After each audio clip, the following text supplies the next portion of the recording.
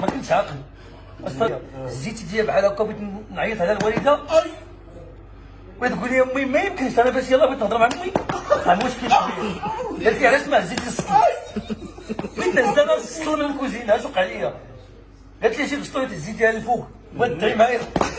انا من صغري ما تناكلش كسكسو داير تتقول لي امي عود كلوا كلوا.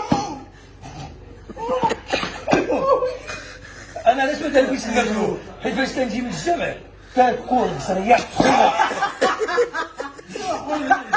ديك البصريه ملي سخونه ما عنديش انا مع الكاع وقرعه فيها وخيزو كتلقى خيزو مثلا بيع بارك الله